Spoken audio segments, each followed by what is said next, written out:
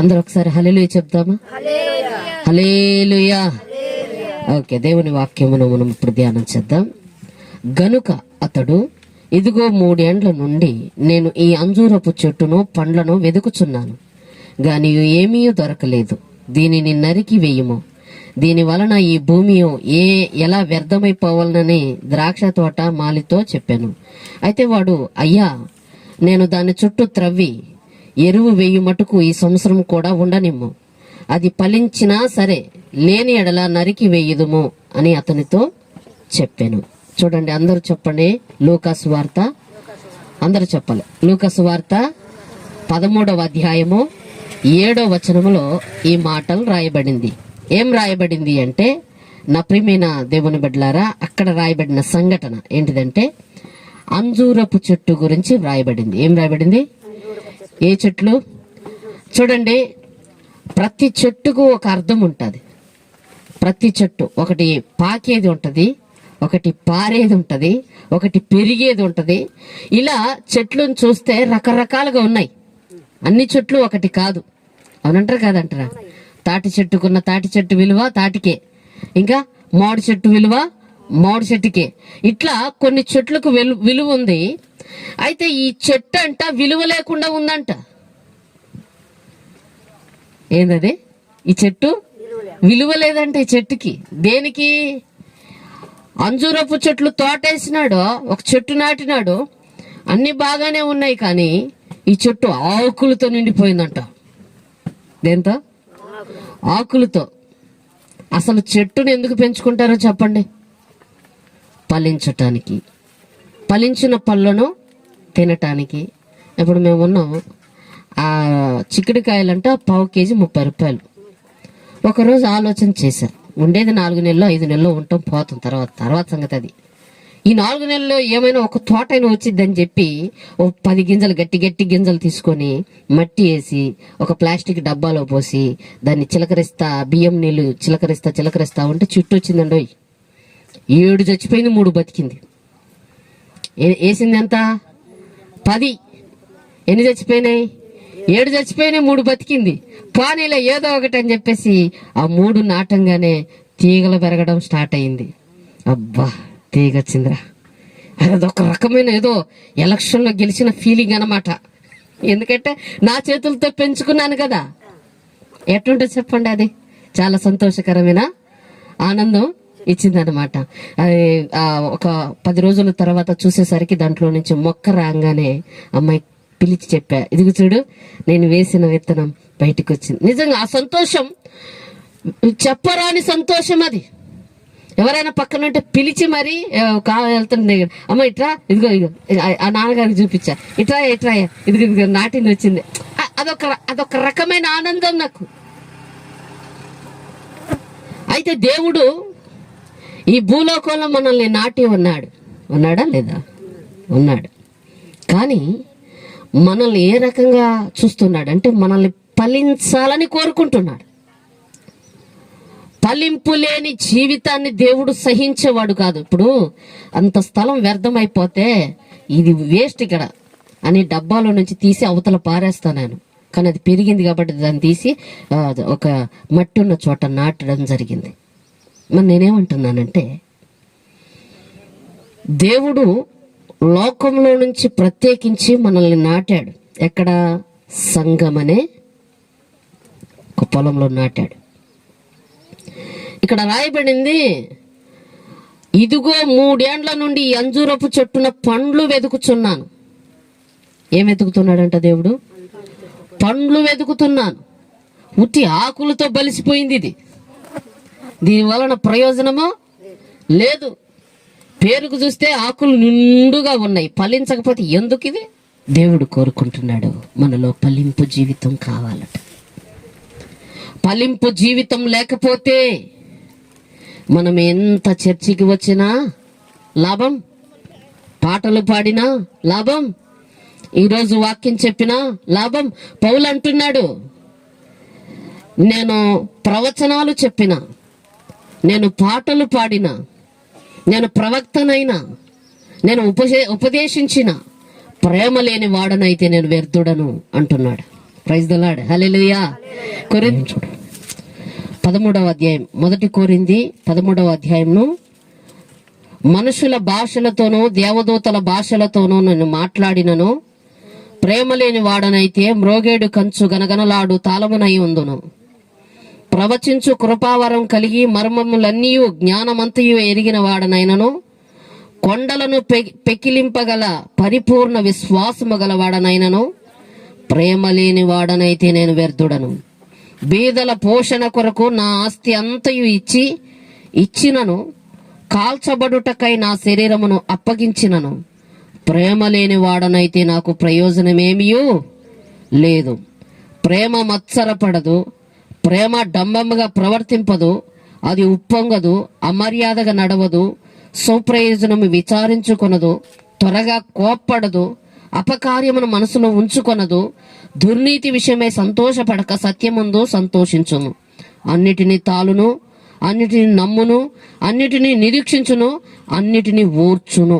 దేవునికి స్తోత్రం కలుగునుగాక. ఇలా చెప్పుకుంటా పోతే ప్రేమ అనే ఫలమును మనము ఫలించాలి. ప్రేమ అనే ఫలమును దేవుడు మన నుంచి కోరుకుంటున్నాడు. ప్రేమ లోక సంబంధమైన తల్లిదండ్రుల మధ్య ఒక ప్రేమ, పిల్లల మధ్య ఒక ప్రేమ, పెద్దల మధ్య ఒక ప్రేమ, వదినంటే ఒక ప్రేమ, అన్నంటే ఒక ప్రేమ, ఇట్లా రకరకాల ప్రేమల్లో ఈ ప్రేమ ఎలాంటిది అని చెప్తున్నాడు. ఇప్పుడు అన్నను ప్రేమిస్తే వదినను ప్రేమించగలమా? వదినను ప్రేమిస్తే అన్నను ప్రేమించగలమా? పోనీ ఇద్దరిని ప్రేమిస్తే పిల్లల్ని ప్రేమించగలమా? ఏదో ఒక వంక, మా వదిన నోరు కలిగింది ఏంటంట, మా వదిన నోరు కలిగి, మా వదినతో మాట్లాడలేం, మా అన్న అయితేనే మాట్లాడుకోవచ్చు అని లోకంలో ఒక సామెత కూడా ఉంది. ఏందంట, అన్న మనవాడైతే వదిన మందవుదుగా. హల్లెలూయా. కానీ ఈ ప్రేమ అలా కాదంట. ఈ ప్రేమ దేనిని ఆశించదంట, ప్రేమను ఆశించదట ఈ ప్రేమ. కానీ ఇది ప్రేమిస్తూనే ఉంటుందట. మనల్ని ఫలింపును దేవుడు కోరుకుంటున్నాడు. హల్లెలూయా, హల్లెలూయా. అందుకే నా ప్రియమైన దేవుని బిడ్డలారా, దేవుడు ఒక సందేశాన్ని మనకిస్తూ ఉన్నాడు.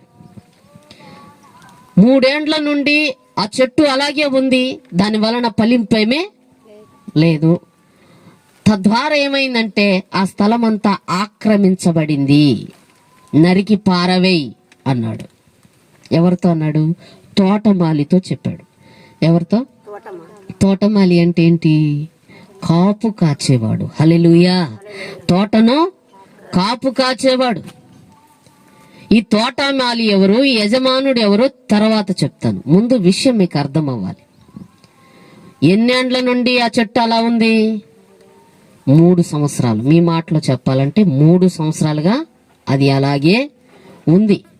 దానివల్ల ఏమి నష్టపోయారు? స్థలం.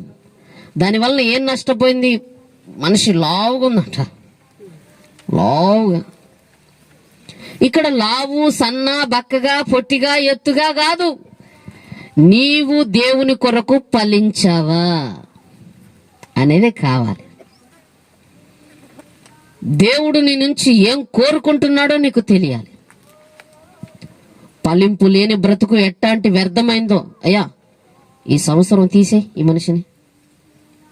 అప్పుడు పరిశుద్ధ ఆత్మ దేవుడు ఆ తీసే అనే అతను తండ్రి అయితే, ఆగయ్యా ఈ సంవత్సరం చూద్దాం అనేవాడు పరిశుద్ధాత్మ దేవుడు. హల్లెలూయా, హల్లెలూయా. పరిశుద్ధాత్మ దేవుడు మన కొరకు విజ్ఞాపన చేయుచున్నాడు. మన కొరకు పశ్చాత్తాపడుతూ తండ్రికి వేడుకుంటున్నాడు. పలానా వ్యక్తి ఇంకో సంవత్సరం బతకాలి, పలానా వ్యక్తి ఇంకో సంవత్సరం ఉండాలి. తొందరపడి తుంచేయొద్దయ్యా, తొందరపడి నలిచేయొద్దయ్యా, కొంచెం ఆగయ్యా, చూద్దాం. ఈ సంవత్సరం కూడా ఏం చేస్తారంట చూద్దాం. అక్కడ 8వ వచనం, అయితే వాడు, అయ్యా నేను దాని చుట్టూ త్రవ్వి ఎరువు వెయ్యి మటుకు ఈ సంవత్సరం కూడా ఉండనిమ్ము. త్రవ్వి, అందరూ చెప్పాలి. ఏం చేయాలట? త్రవ్వి. ఈ చెట్టు ఎదగట్లా, ఏనామో లోతుకు వెళ్ళాలేమో, దాని చుట్టూ ఏం చేయాలంట? ఒకవేళ రాళ్ళు రప్పలుంటే, చెట్లు చేమలుంటే తీసేద్దాం, దాన్ని శుభ్రం చేద్దాం, దానికి ఎరువు వేద్దాం. త్రవ్వి అంటే పశ్చాత్తాపము చెప్పాలందరూ. ఏందది? త్రవ్వి అనేదాన్ని పశ్చాత్తాపం అంటే ఏడుపు. ఎరువు అంటే వాక్యం. మీ హృదయంలో వెళ్తే ఫలించటానికి మీరు సిద్ధపడతారు. ఈ వాక్యం మీ హృదయంలోకి వెళ్తే మీరు ఎవరు చెప్పాల్సిన అవసరత లేదు, ఆటోమేటిక్గా మీలో మార్పు కలుగుతుంది. హల్లెలూయా, హల్లెలూయా. ఎవరో చెప్పినట్టు అనిపించింది, ఎవరో మాట్లాడుతున్నట్టు అనిపించింది, అటు వెళ్ళొద్దు అని ఎవరో చెప్తున్నారు. అదెవరో కాదు, దేవుని వాక్యం మీ హృదయంలో ఉంటే ఆటోమేటిక్గా మనలోకి ఏమొచ్చింది? మార్పు వస్తుంది. మారాల, మనిషి అన్నాక మారాల. దేవుడు కోరుకుంటుంది హెచ్చరిక, లోతు కావాలి, లోతైన అనుభవం కావాలి. లోతుగా ఈ వాక్యం నీ గుండెల్లోనికి వెళ్తే, వాక్యం అనే ఎరువు నీ హృదయంలోనికి వెళ్తే నువ్వు ఫలించగలుగుతావు. హల్లెలూయా. ఫలింపును దేవుడు కోరుకుంటున్నాడు. నా ప్రియమైన దేవుని బిడ్డలారా, దేవుడు ఆశపడుతున్నాడు.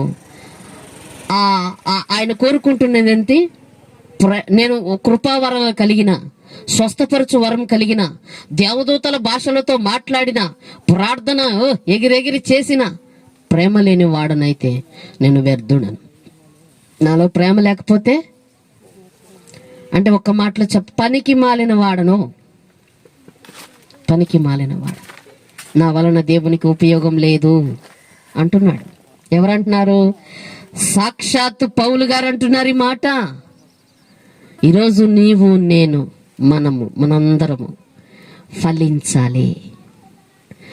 ఫలాలు లేని అంజూర మాదిరిని ఉంటావా?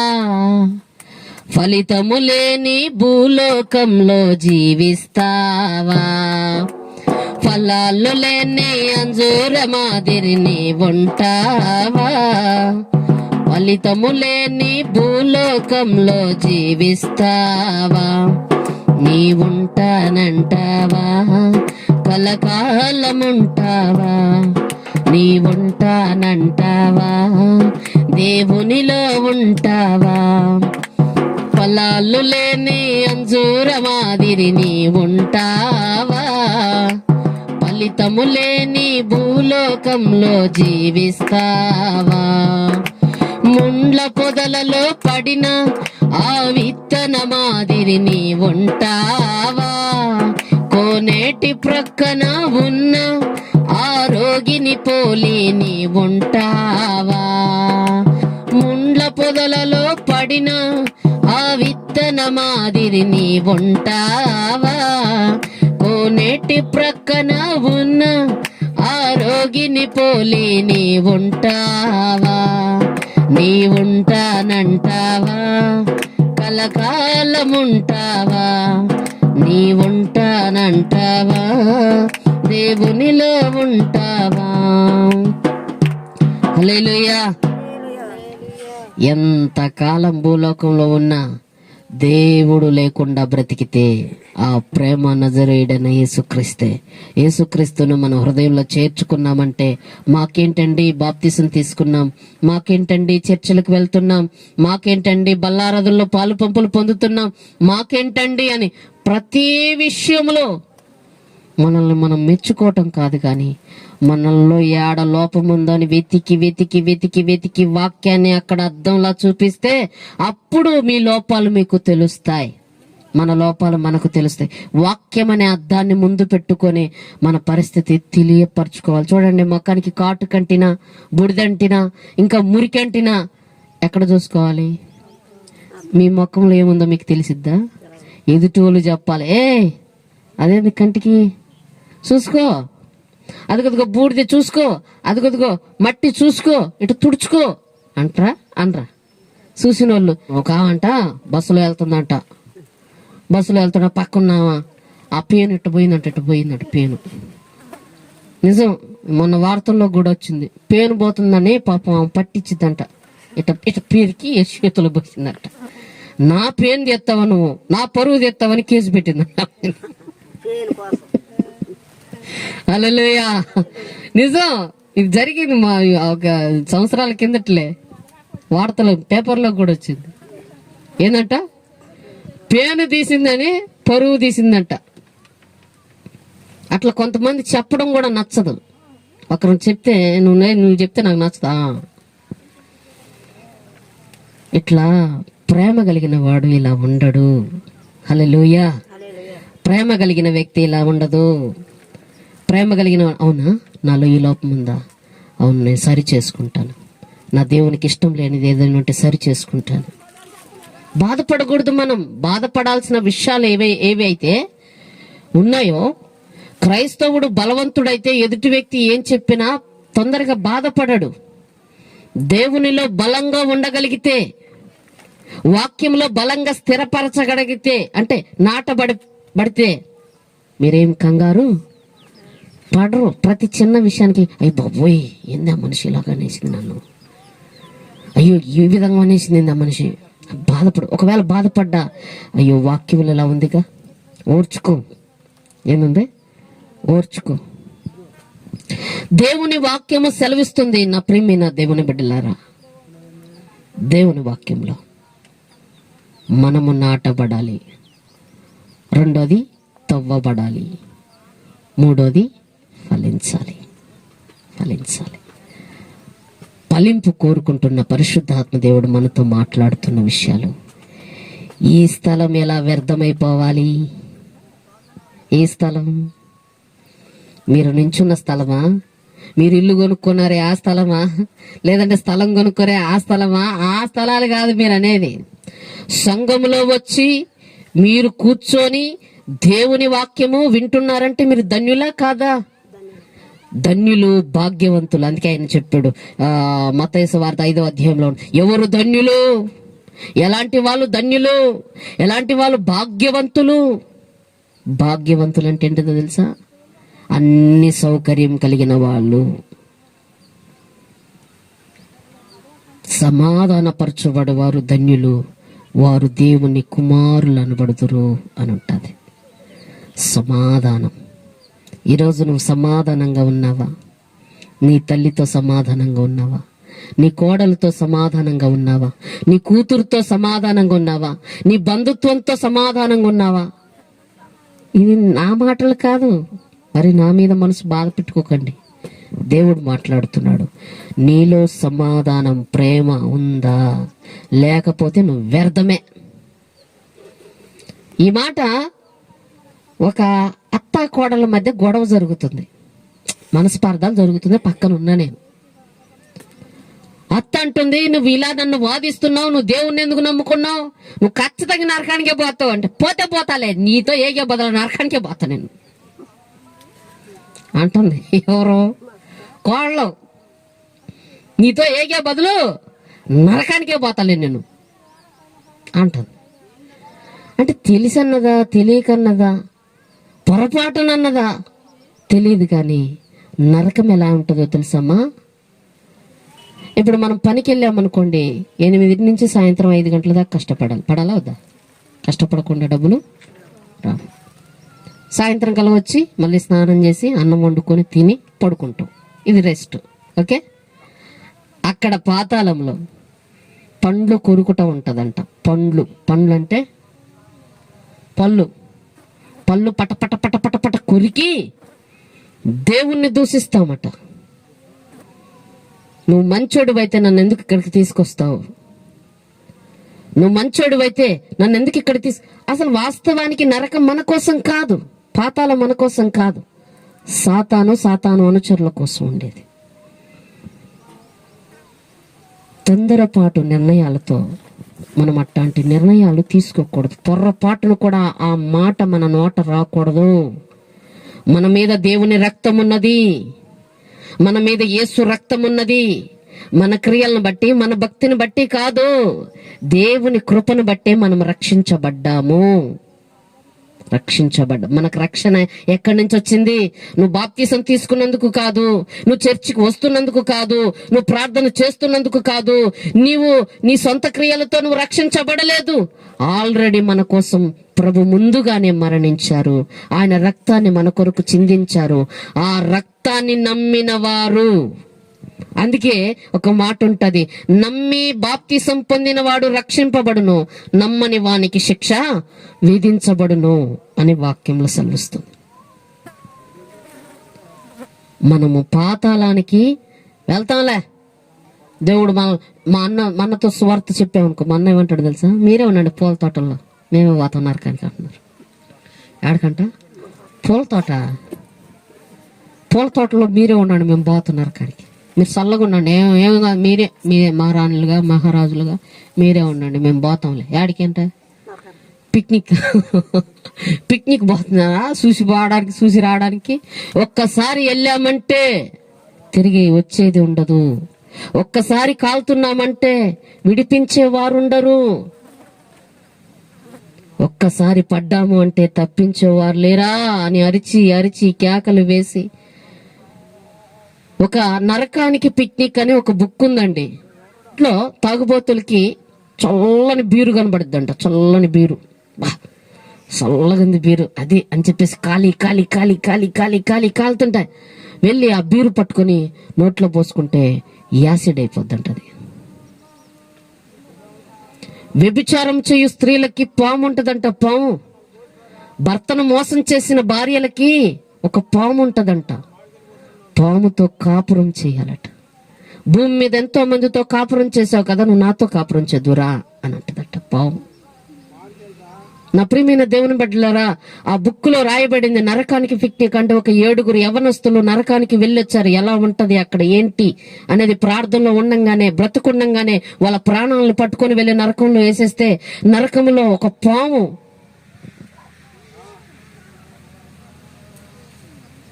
ఒంట్లో నుంచి దూరి నోట్లో నుంచి వచ్చిందంట పాము. వ్యభిచారం చేయి స్త్రీలకి ఇచ్చిన వాక్యం అది. బైబిల్లో రాయబడలా, బైబిల్లో లేని సంగతులు మనం చెప్పకూడదు. కానీ ఆ భక్తులు ఎవరు అంటే దేవుని పెరట వెళ్ళిన వారు. నరకానికి వెళ్తే ఎట్టాంటి నరకం ఉంటుంది? ఒక గుహ ఉంటుందంట, చీకటి గుహ. అక్కడ వెళ్తురు అనేదే ఉండదట. అక్కడ ఒక మూలన కూర్చొని ఏడుస్తా, చీకటి, చిమ్మ చీకటి, కళ్ళు ఇట కనబడని చీకటి. ఎందుకు ఆ చీకట్లో ఉన్నావని ఆమె ఒక స్త్రీ వచ్చి అడిగితే, నేను భూలోకంలో వెళ్తూరే చూడలేదు, చీకటి ఎవ్వరు లేని ఆ ప్రదేశాన్ని ఎన్నుకొని పాపం చేశాను నేను, అందుకే నేను ఈ చీకటి అనుభవిస్తున్నాను. ఎవరేశారు నిన్ను? దేవుడేశాడా? యేసుప్రభుల వారు నిన్ను వేశారా అంటే, యేసుప్రభుల వారు కాదు, నేను చేసిన పాపమే నన్ను ఇక్కడికి తీసుకొచ్చింది. ఫలించాలి అని దేవుడు కోరుకుంటుంది. ఏంటంటే, మరి మనం యేసుప్రభు నమ్ముకున్నాం, బాప్తిసం తీసుకున్నాం, వాక్యాలు వింటున్నాం, బల్లారాధనలో పాలు పంపులు పొందుకుంటాం, మనకు కూడా నరకం ఉందా అంటే, నేను ఇందాకే చెప్పాను, దేవుడు కాదు మనల్ని లేసేది, మనం చేసే పాపమే మనల్ని లేసిద్ది. అది ఏ పాపమైనా మీకు నేను కనబడకపోవచ్చు, నాకు మీరు కనబడకపోవచ్చు, కానీ మీరు ఎక్కడికి వెళ్ళినా దేవుడు మిమ్మల్ని చూస్తున్నాడన్న భయంతో బ్రతికితే అదే దేవుని ప్రేమ. హల్లెలూయా, హల్లెలూయా. మీరు ఫలించాలి. మీరు ఎక్కడికన్నా వెళ్ళండి అబ్బా, మీరు ఫలింపు కలిగి ఉండాలి. దేవుడు అంటే భయం ఉండాలి. ఇప్పుడు బాగానే వింటున్నారు, ఇంటికి వెళ్ళిన తర్వాత ఎలా ఉంటున్నారో ఒక్కసారి ఆలోచించండి. నేను చూసినా చూడకపోయినా దేవుడు చూస్తున్నాడన్న భయం మీలో ఉన్నప్పుడే మీరు ఫలించారని అర్థం. లేదు అంటే ఏ సంవత్సరమున నరకబడతారో మీకే తెలియదు, ఏ సంవత్సరమున నేను నరకబడతానో నాకు తెలియదు. మనం ఏ రోజు ఒక రోజు ఏం చేయాలా? వెళ్ళిపోవాలి ఈ లోకం మంద. నువ్వు 50 ఏళ్ళు బతుకు, 100 ఏళ్ళు బతుకు, నువ్వు 200 ఏళ్ళు బతుకు, 200 ఏళ్ళు కాదులే, బైబిల్లో రాయబడింది 70, 80. అధిక బలమున్న ఎడల 80 సంవత్సరాలు అంతే. కీర్తన గ్రంథంలో ఉంటది. ఒక మనుష్యుడంట 70 ఏళ్ళు, అధిక బలమున్న ఎడల 80 ఏళ్ళు అంతే. వాడు బ్రతకలేడు. ఒకవేళ అధిక బలమున్న ఎడల ఎన్ని సంవత్సరాలంట? 80 సంవత్సరాలు. ఎన్ని సంవత్సరాలు? 80 సంవత్సరాలు. ఈ 80 సంవత్సరాలు మనం ప్రభువులో బ్రతికితే ధన్యులము, ప్రభువులో అభివృద్ధి పొందితే ధన్యులము, యేసులో అభివృద్ధి పొందితే ధన్యులము. నా ప్రియమైన దేవుని బిడ్డలారా, మనం దేవునికి భయపడవలసిన వారమై ఉన్నాం. ఈరోజు నువ్వు ఇలా, నేను ఇలా. ఈరోజు ఆయన అంటున్నాడు, నేను ఇంకా నరికే ఇది నరికే అడ్డంగా ఉంది. ఉల్లిపాయలు అమ్మే ఆయన, మీకు ఏదైనా అడ్డం ఉంటే వేసేయండి అన్నాడు. హల్లెలూయా. అమ్మా, మీకు పాత మంచాలు, పాత డబ్బాలు, పాత ఏదైనా అడ్డం ఉంటే వేసేయండి, ఉల్లిపాయలు ఎత్తాం. చూడండి, ఇంట్లో వస్తువు కూడా ఏం లేదు, విలువ లేదు. నువ్వు దేవుని సన్నిధిలో ఉన్నావు, దేవుని మందిరంలో ఉన్నావు, నువ్వు ఎలాంటి విషయాల్లో ఫలించావు ఒక్కసారి ఆలోచించు. అది నీ వలన దేవునికి ఏం ఉపయోగం? నా వలన ఇది ఉపయోగం, నా వలన ఇలాగ ఉపయోగం అని నీ కోసం ఎంచితే నువ్వు ధన్యుడివి, ధన్యురాలివి. ఒకవేళ పొరపాటున నేను దేవునిలో ఏ విధంగా ఉపయోగపడలేకపోతున్నానయ్యా అంటే ఒక్కసారి ప్రార్థన చేసుకో. ప్రభువా, నేను నీ కొరకు ఫలించాలనుకుంటున్నాను, నీ కొరకు నేను ఎదగాలనుకుంటున్నాను, నేను నీ కొరకు మారాలనుకుంటున్నాను, నేను నీ కొరకు అభివృద్ధి చెందాలి. అసలు ఏ విధంగా నన్ను మారాలి అని అనుకుంటున్నావో, అని కోరుకుంటున్నావో, నాలోనికి రా, నన్ను అలా నడిపించు. నా వల్ల కావట్లా, నాకు ఓపిక లేదు, నేను అలా భక్తిగా ఉండాలనుకుంటున్నాను కానీ ఉండలేకపోతున్నాను, కానీ నువ్వు నాలోకి వస్తే నేను నడవగలను ప్రభువా, నువ్వు నాలోకి రా అని అడగండి. దేవుణ్ణి ఖచ్చితంగా ఇస్తాడు ఆయన. అవునా కదా? నారు పోసిన వాడు నీరు పోయక మానడని. మీకు కూడా శాత కావట్లేదు ఆ భక్తిలో నడవాలని. ఉంది, ఆశ ఉంది దేవునిలో నడవాలని, కానీ పక్కన ఉన్న వాళ్ళు రా, సినిమా పోదాం రా, అడిగి పోదాం రా, ఇడికి పోదాం, మనం తోసుకొని పోతా ఉంటారు. అప్పుడు లోపల వాక్యం ఉందనుకో, వాయమ్మ నేనెందుకు వస్తాను సినిమాకే, నేను రాను,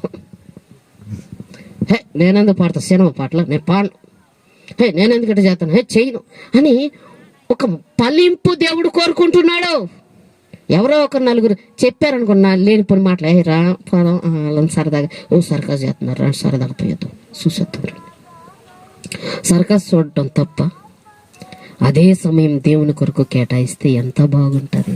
నీకు అంత సమయం ఉంటే, నేను అది అనేది ఫలింపు అంటే ఎలా ఉంటుంది అంటే ఇలా ఇలా ఇలా ఇలా. దేవుడు కోరుకుంటున్న ఒక ముఖ్యమైన ఉద్దేశం, నీవు దేవునిలో ఎదగాలి. లేకపోతే ఏమవుతావు చెప్పాలి, ఏమవుతారు? అడ్డుగా ఉన్న మొక్కల్ని, అడ్డుగా ఉన్న చెట్లని ఏం చేస్తారు? ఇల్లు వేసుకోవడానికి వచ్చిన కొత్తలో చెట్లు బాగా పెరిగిపోయింది. అమ్మ చూస్తుంది చెట్లు ఎంత పెరిగిపోయిందమ్మా, పెద్ద పెద్ద చెట్లు పెరిగిపోయింది. ఇల్లు వేసుకోవాలి, ఓపిక లేదా. అప్పటికి ప్రయాణం చేసి వచ్చాం, సోలిపోతా ఉన్నాం మేము. సోలిపోతుంటే ఇద్దరిని పెట్టి పని చేస్తామంటే మొత్తం నరికించి క్లీన్ చేయించాం. ఏదో దాని మీద ఇల్లు వేసుకోవచ్చుగా. ఏమైంది? అయ్యి అడ్డయినాయి, నాకు ఆ ఇంటికి అడ్డమైంది. అందుకని మనుషుల్ని పెట్టి కూలి పెట్టి కోపించాం, మొత్తం కట్ చేయించాం.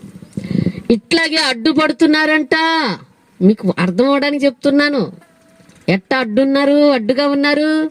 ఇక ఆమె భక్తి పొర్రాలి, ఆమె ఎట్టున్నదిగా, మేమెందుకు మందిరానికి, ముందు ఆమె మార్చు అని ఎవరన్నా వచ్చి నన్ను ప్రశ్నిస్తే, లేదా నిన్నే ముందు నువ్వు మారు, ఆ తర్వాత నాకు చెబుదువు కానీ అంటరా అంటే ఎవరు అడ్డు?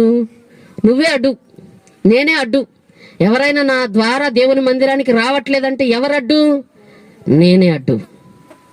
ముందు నువ్వు మారు, ఆ తర్వాత నాకు చెబుదువు కానీ, ముందు నువ్వు మార్చుకో, ఆ తర్వాత నాకు చెబుదువు కానీ అంటారా తల్లి? అంటారా? అది కోరుకుంటున్నాడు. మరి ఏంది దేవునికి అడ్డొచ్చింది? నేను ఇంత భూమి మీద ఏ మూలన పడుంటే ఏమైంది అంటే, లోకంలో స్థలం కాదు దేవుడు కోరుకునేది. ఎవరైతే నీ ద్వారా మందిరానికి రావట్లేదో అది అడ్డు. పలానా వ్యక్తి మంచిగా ఉంటే, పలానా వ్యక్తి భక్తిగా ఉంటే మేమెందుకు రామండి? ఆ ముందండి బాప్తీసం తీసుకుంది, ఆ ముందండి దేవుళ్ళో నడుస్తుంది, ఆ ముందండి ఇలా ఉంది, కానీ ఇంటికి వస్తే మా మీద గొడవలు వేసుకుంటది. ఎవరడ్డు? గొడవ వేసుకున్నామా అడ్డు. అసలు నాకు ఈ వాక్యానికి అర్థం తెలీదు. అడ్డంటాడా? ఎంత ప్లేస్ ఉంది, ఎంత స్థలం ఉంది, నన్ను అడ్డంటాడేంటి అంటే నేను ఏ విధంగా ఫలించట్లేదు, నా వలన దేవునికి ఏ విధంగా ఉపయోగం లేదు, ఆలోచన వస్తుందా రాదా? అప్పుడు దేవుడు మాట్లాడిన విషయాలు ఇవి. నా ద్వారా ఒకరు మందిరానికి నడవాలి, నా ద్వారా ఒకరు బాగుపడాలి, నా ద్వారా ఒకరు ఫలించాలి, నా ద్వారా దేవునికి దగ్గరగా రావాలే కానీ నా ద్వారా దేవునికి దూరం అయిపోకూడదు. ఎందుకు దూరం అయిపోతున్నావు అని అంటే, ముందు నువ్వు మారు అని నా గురించి ఎవరన్నాను. ఇంత సేవ చేసిన ఏం ప్రయోజనం? ఎంత మంచి రాగం పెట్టుకుని అని పాట పాడిన ఏం ప్రయోజనం చెప్పండి? నా వలన దేవునికి ఉపయోగం కోరుకుంటున్నాడు. నీవు దేవునిలో ఫలించాలి అంటే ఏ విధంగా ఫలించాలి? ఒకటి, ప్రేమ ఉండాలి, క్షమించే మనసు ఉండాలి నీకు. క్షమించే మనసు లేకపోతే నువ్వెంత ప్రార్థనకు రా, ఎంత కానుకలు చర్చిలో నువ్వు దేవునికి ఎంత ఇవ్వు, అది ఉపయోగం ఉండదు. నువ్వు క్షమించగలగాలి, క్షమించే ప్రేమ ఉండగలగాలి నీలో, అది ఫలింపు. రెండోది, నీ ద్వారా ఒకరు మందిరానికి రావాలే తప్ప నీ ద్వారా ఒకరు మందిరానికి ఆగిపోకూడదు. ఎందుకంటే రావట్లేదు, ఆమె ఉందిగా, ఆమెకి నాకు అసలు క్షణం పడదు, ఆమె పోతాను చర్చికి, నేను ఎందుకు పోతా? ఏందంట, ఆమెకి ఈమెకి ఏం పడదంట, క్షణం పడదంట, పచ్చగడ్డి బగ్గు పడదంట ఇద్దరి మధ్య. ఆమె చర్చికి పోతే ఆ చర్చికి పోతుంది, ఇంకో చర్చికి పోతా, నీలో మార్పు లేకపోతే నువ్వు వ్యర్థమే. నువ్వు ఇంకో చర్చి కాదు, నువ్వు యెరూషలేము వెళ్ళు, యేసు ప్రభుల వారు పుట్టిన ఊరెళ్ళు. అక్కడికి వెళ్ళినా ఈ మనిషిని క్షమించకపోతే నువ్వు అక్కడికి వెళ్ళినా ఆశీర్వదించబడు. నేను చెప్పేది సత్యాలు బాగా గుర్తుపెట్టుకోండి. దేవుడు మాట్లాడుతున్న సత్యం ఏంటంటే, క్షమించే మనసు, ప్రేమించే మనసు నీలో లేకపోతే నువ్వెంత భక్తి చెయ్యి. ఏంటంట నువ్వు ఇంకో మాట చెప్పేదా, నువ్వు ప్రవచనాలు చెప్పిన దేవదూతల భాషలతో మాట్లాడిన, నువ్వు జ్ఞానవంతుడవైన, దేవుడు నీతో స్పష్టంగా మాట్లాడుతున్నా, ప్రేమ లేని వాడవైతే వ్యర్థమంట. వ్యర్థ పదార్థాలు, కూరగాయలు, వంకాయలు కొనుక్కునేటప్పుడు మంచి ఎందుకు ఏరుకుంటాం చెప్పండి? చెప్పరేందాక? కాదు, పుచ్చి రంధ్రాలు ఉన్నాయి తీసి అంటే నువ్వే జ్ఞానవంతురాలివా, దేవుడు కాదా, దేవుడు ఏరుకోకూడదా? పుచ్చి గిచ్చి మొత్తం వేసుకో చర్చిలోకి, వేసుకో ఏడాది మూల కూర్చుంటావు. అట్టంటే అట్టాక దేవుడు అంటున్నాడు, మంచి ఏరుకుందాం. మంచి ఎందుకు అంటే, దేవుడు ప్రతి ఒక్కరిని క్షమించేవాడే కదా, దేవుడు క్షమాగుణం కలిగిన వాడే కదా, ప్రతి ఒక్కరిని చేర్చుకోవచ్చు కదా. అంటే నేను అదే చెప్తున్నాను, రేపన్నాడు మనం చనిపోతే వెళ్తే నరకానికి దేవుడు కాదు కారణం. దేవుడు అస్సలు నువ్వు నేను. ఎందుకు నువ్వు నేను అంటే, ఇప్పుడు నీ హృదయంలో ఏముందో నాకు తెలియదు కదా, నా హృదయంలో ఏముందో నీకు తెలియదు, నువ్వు ఎలా బ్రతుకుతున్నావో నాకు తెలియదు, నేను ఎలా బ్రతుకుతున్నావో నీకు తెలియదు. కానీ మన ఇద్దరి మధ్య ఎవరున్నారు? మీకు ఇంకో మాట చెప్తాను. ఒకటి జీవగ్రంథం, బాగా గుర్తుపెట్టుకున్నాక, ఒకటి జీవగ్రంథం, ఒకటి జ్ఞాపకార్థ గ్రంథం, జీవగ్రంథం. చెప్పాలి, ఏం గ్రంథం? జీవగ్రంథం, జ్ఞాపకార్థ గ్రంథం. ఈ జీవ గ్రంథంలో నీ పేరు రాయాలి అంటే నువ్వు భూమి మీద నీతి క్రియలు చేసి ఉండాలి. దేవుడంటే భయంతో బ్రతికి ఉండాలి, దేవుడంటే ప్రేమతో బ్రతికి ఉండాలి, దేవుడంటే ఒక విధమైన ఆతృత, ఆసక్తి అయి ఉండాలి. సరే, జీవ గ్రంథంలో నీ పేరు ఉంటుంది. తర్వాత జ్ఞాపకార్థ గ్రంథంలో కూడా నీ పేరు రాస్తారు. ఏం పేరు? అక్కని పేరు పావని అని పేరు ఎక్కడ రాస్తారు. అయితే పావని మాట్లాడే మాటలు కూడా కింద రాస్తారు. అంటే భక్తి అంటే ఏంటో చెప్తున్నాను మీకు అర్థమయ్యే విధిగా. పావని ఏ ఊర్లో ఉంటామా? మాటూరులో. ఇంకా మీకు ఎంతమంది పిల్లలమ్మా? అంతా రాసుకొని నువ్వు ఎక్కడికి వెళ్తున్నావు, నువ్వేం చేస్తున్నావు, నీకు ఏది లోపం, నీకు ఏది పాపం అంతా కూడా కింద రాస్తారు. జీవగ్రంథంలో కూడా నీ పేరు ఉంది, ఎందుకంటే నువ్వు ప్రభు రక్తంలో కడగబడ్డావు, బాప్తీసం తీసుకున్నావు. కాబట్టి ఇది తుడిపి వేయబడదు, ఇది ఇలాగే ఉంటుంది. ఇందులో పాపాలు ఎక్కువైంది అనుకో, జీవగ్రంథంలో పేరు తుడిపి వేయబడుతుంది. మీకు అర్థం అవడానికి చెప్తున్నా, అంటే వాక్యం అంటే మీకు అర్థం అవ్వడానికి స్పష్టంగా చెప్తున్నాను, మీ గుండెల్లో ఉంచుకోండి. ఒకటేంది చెప్పాలి అందరూ? జీవగ్రంథం. రెండోది జ్ఞాపకార్థ గ్రంథం. జ్ఞాపకార్థ గ్రంథంలో అందరి పేర్లు ఉంటుంది, పాపుల పేర్లు ఉంటుంది, నీతిమంతుల పేర్లు ఉంటుంది, వాళ్ళు చేసే క్రియలు బట్టి ఉంటుంది. ఒకరోజు చనిపోతాం. అమ్మా నీ పేరు, అయ్యా నీ పేరేంటి? రాజయ్య. నా పేరు విక్టర్ రాజయ్య. ఆహా రా కూర్చో. మరి పలానా ఆదివారం 11 గంటలకి నువ్వు ఈ మాట మాట్లాడావు. ఎందుకు మాట్లాడావు? దేనికి మాట్లాడావు? అయ్యా పొరపాటు అయిందయ్యా, అయ్యా క్షమించయ్యా. క్షమించేదేమీ లేదు, నువ్వు మాట్లాడావా లేదా? మాట్లాడా. సైడ్ అంటే ఎంత భక్తిగా బ్రతకాలో ఆలోచించండి మీరు. దేవుడంటే ఆషామాషి అయిన వాడు కాదైనా. అప్పుడు బల్లారథంలో పాలు పంపులు పొంది పశ్చాత్తాపడయ్యా, పొరపాటు చేశానయ్యా, క్షమించయ్యా, పలానా రోజు పలానా టక్కననేసానయ్యా, నీ మనసు బాధపడిందేమోనయ్యా, నిన్ను బాధ పెట్టానేమోనయ్యా, నన్ను క్షమించయ్యా అని పశ్చాత్తాపడగలగాలి. అందుకే బల్లారాధన ప్రతి నెలలో పాలు పంపులు పొందాలి. ప్రతి వారం ఇచ్చినా పర్వాలేదు, వారం వారం తీసుకున్నా పర్వాలేదు, కానీ మనలో ఒక విధమైన పశ్చాత్తాపం కలగాలి. నిన్ను బాధ పెట్టానయ్యా, నన్ను క్షమించయ్యా. కుటుంబం నిమిత్తం ప్రార్థించగలగాలి. నువ్వు నా కుటుంబాన్ని కాపాడయ్యా, క్షమించయ్యా. అపవిత్రమైన మాటలు వినటం కూడా అపవిత్రమే తెలుసు. అదేంది వాళ్ళు మాట్లాడుకున్నారు, వాళ్ళు మాట్లాడుకుని నేను ఎందుకు అపవిత్రం అవుతాను? నేను మాట్లాడలేదు కదా. కానీ వినటం కూడా అపవిత్రమే. అక్కడి నుంచి నువ్వు తప్పుకోవాలి కదా. వాళ్ళు మాట్లాడతారు, అక్కడి నుంచి నువ్వు తప్పాలి కదా. లేకపోతే అక్కడి నుంచి వెళ్ళే స్థితిలో నువ్వు లేకపోతే గద్దించాలయ్యా, ఆగండి, అట్లా మాట్లాడుకోకండి అయ్యా అని చెప్పుకోవాలి కదా. ఏమో అడగచ్చు. ఈ మాటలు నా సొంత మాటలు కాదు, వాక్యములో రాయబడింది. ఎదుట నేను నోరు జారానని నువ్వు చెప్పనేలా? దూత ఎదుట నేను నోరు జారానయ్యా, పొరపాటు అయిపోయిందయ్యా నువ్వు చెప్పనేలా? ముందే నువ్వు సరి చూసుకో, నీ ఇల్లు చక్కదిద్దుకో. ఒకరోజు హిజ్కియాకు మరణ దినం వచ్చింది. హిజ్కియా, నువ్వు మరణించబోతున్నావు, నీ ఇల్లు చక్కదిద్దుకో. ఇల్లు అంటే దేహం. హల్లెలూయా. దేహంలో ఏదైనా అపవిత్ర పనులు చేసావేమో చక్కదిద్దుకో, నిన్ను నీవు సరి చేసుకో. చనిపోబోతున్నావు ఇంకో 24 గంటల్లో, సాయంత్రం కల్లా పొద్దున కల్లా చనిపోబోతున్నావు.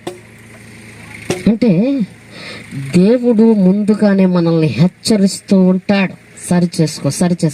మనమేంది వాక్యం చెప్పి, నాకు కాదు నా పక్కన ఉన్నవాడికే ఈ మాటలు, నాకు కాదు నా పక్కన ఉన్న అక్కకే, ఇగో ఈ అక్కకే వాక్యం. నీతో మాట్లాడున్న మాటలు, అబ్బే నేను మంచోన్ని, నేను చాలా మంచోన్ని, నేను ఇగో ఈ అక్క పావనక్కకి ఈ మాట. ఇట్లా మన మనసులో ముద్రించుకోకూడదు. కష్టం వచ్చినప్పుడే కాదు ప్రార్థన, నీకు నష్టం వచ్చినప్పుడే కాదు ప్రార్థన, క్రిస్మస్ వచ్చినప్పుడే కాదు ప్రార్థన, జనవరి 1 వచ్చినప్పుడే కాదు ప్రార్థన, ఆదివారం గుడికి పోరు, వెళ్ళే వారిని వెళ్ళనివ్వరు.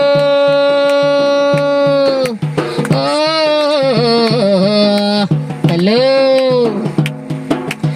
ఆదివారం గుడికి పోరు, వెళ్ళే వారిని వెళ్ళనివ్వరు.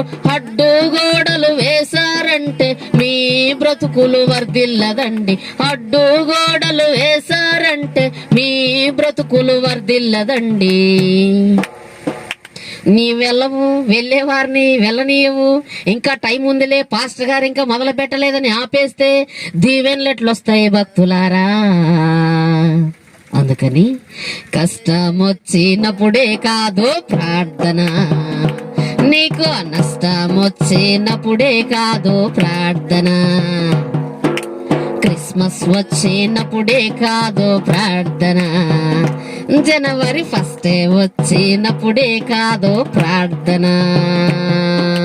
చెప్పే వాక్యం వినకుండా చేసే పాపం మానకుండా,